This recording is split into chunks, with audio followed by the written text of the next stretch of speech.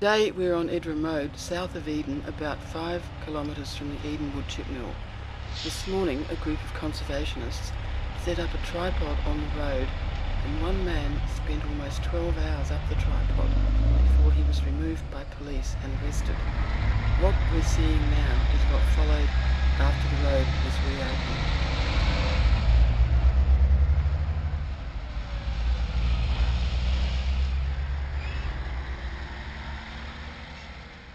These trucks are carrying logs from East Gippsland and southeast New South Wales. On a typical day it's about 50-50, but today there are more from Victoria.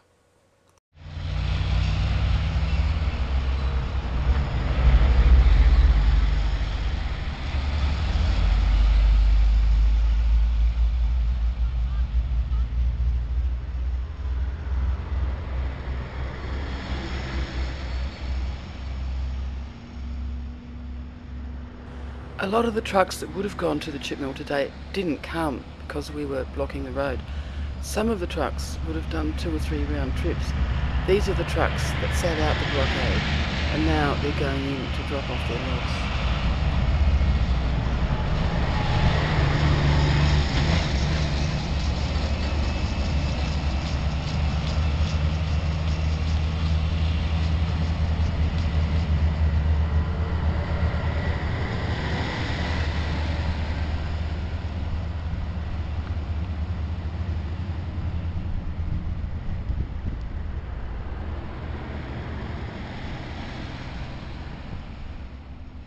These large logs were split in the forest before they were loaded onto the trucks. Imagine how big they were before they were split.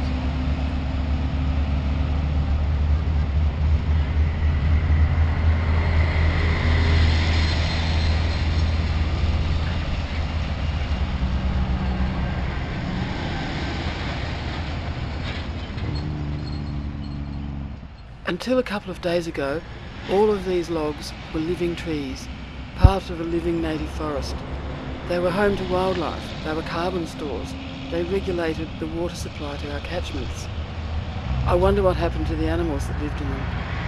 People have seen sugar gliders on log trucks going into the chip mill.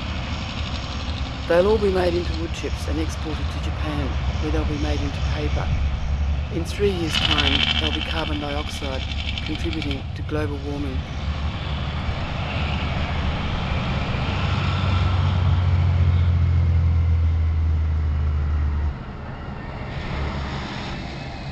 It's not pleasant to witness this.